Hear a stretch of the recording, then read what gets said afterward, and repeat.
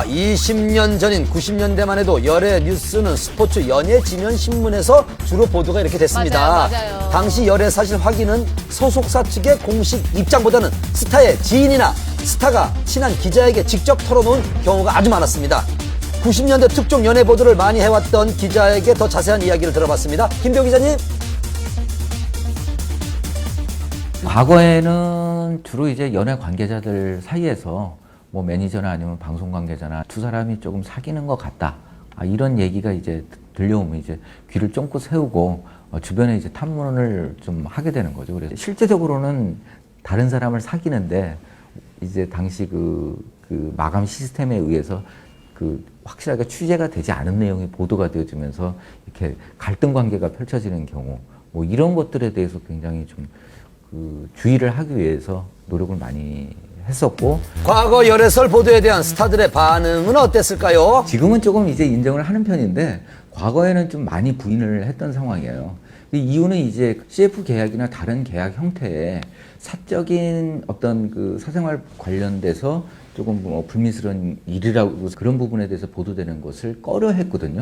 이후에 부인하는 스타들의 대응책으로 등장한 연애 보도 트렌드, 바로 2000년대 후반부터 현장 포착 사진이 대세를 이루었습니다. 일명 파파라치 컷 취재 방식인데요. 한편에선 사생활 침해가 아니냐는 우려의 목소리도 있었습니다. 사실 감시라고 보기에는 저희가 관찰을 한다는 의미로 보시는 게 사실 맞을 것 같아요. 네, 뭐 그 팩트를 잡기 위한 뭐 관찰의 과정이라고 봐주시면 좋을 것 같아요. 판매 목적인 거고 수익을 창출하기 위한 목적인 거고 저희는 그 기사의 증거 자료로 쓰기 위한 목적이거든요. 과거부터 지금까지 계속되어 온 스타들의 열애 뉴스, 달라지는 세상만큼 또 변화하는 대중들의 욕구에 따라 열애 보도 뉴스도 진화하고 있습니다. 배우 정준호 씨가 억대 소송을 제기한 것으로 알려졌습니다. 정준호 씨를 광고 모델로 한 웨딩 업체가 지난 2011년부터 1년 6개월간 모델료와 이익 배분금을 지급하지 않았다고 주장하기 때문에 정준호 씨 측은 초상권을 침해당했다며 웨딩홀을 상대로 4억 원의 손해배상을 청구한 건데요. 소속사 연예인들 이제 초상권을 사용하시다 보니까 사무실에서 이제 초상권 사용 방지를 위해서 소송 제기를 한 겁니다.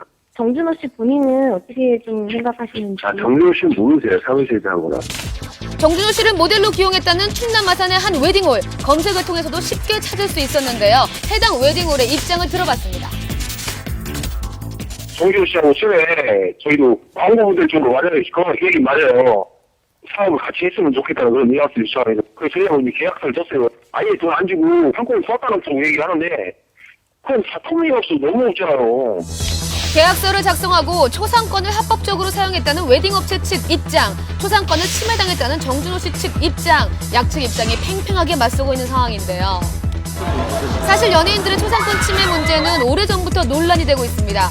최근은 억대 소송까지 이어지고 있는데요. 그렇다면 초상권 사용 왜 이렇게 논란이 되는 걸까요? 많이 논의가 되고 있는 초상권, 퍼블리시티권 문제는 재산상의 문제예요. 종전에는 우리가 초상에 대한 권리는 어떤 인격적인 권리로 생각했습니다. 그런데 세월이 흘러가면서 이 초상이 연예인의 초상, 연예인 이름, 연예인의 어떤 독특한 제스처, 유행어가 된 거, 그것이 그 연예인의 재산권이라는 식으로 인식이 달라졌죠.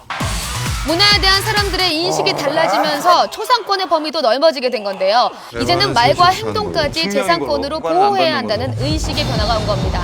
배우 이영애 씨 또한 이 같은 초상권 문제로 분쟁 중에 있습니다. 이영애 씨 측은 지난 2011년 한 김치업체 광고가 이영애 씨의 대장금 출연 당시 이미지를 무단 사용했다고 밝혔는데요. 그러나 해당 업체는 계약상 문제가 없다며 이영애 씨를 명예훼손으로 고소한 겁니다. 이에 이영애 씨 측은 사실관계를 밝히고 강력히 대응하겠다고 입장을 밝혔는데요. 이처럼 초상권 무단 사용에 대해 스타들의 대처도 더욱 강경해지고 있습니다. 연예인들도 권리의식이 훨씬 더 강화되었고 기업 입장에서도 그것이 수익원이 될 수가 있으니까 종전 같은 넘어갈 수 있는 사안들이 이제 분쟁이 되고 소송이 되는 거죠. 이렇듯 초상권 사용은 이미지 훼손뿐만 아니라 경제적 부당한 이익을 취할 수 있기에 더 예민하고 큰 문제가 되고 있습니다. 대표적인 예가 성형외과의 무단 사진 도용인데요. 성형외과에서 한 번은 이제 제 얼굴을 사진을 놓고 눈은 어떤 방법으로 성형을 했고 코는 어떤 방법, 턱은 어떻게 했다라고 포스팅을 한 거예요. 3년 만에 재판이 끝나고 승소했어요. 제3자의 초상을 그것을 함부로 이용하고 경제적 이익을 취한다면 참고 넘어갈 수 있는 사람은 없겠죠. 초상권 침해 논란이 계속되는 현재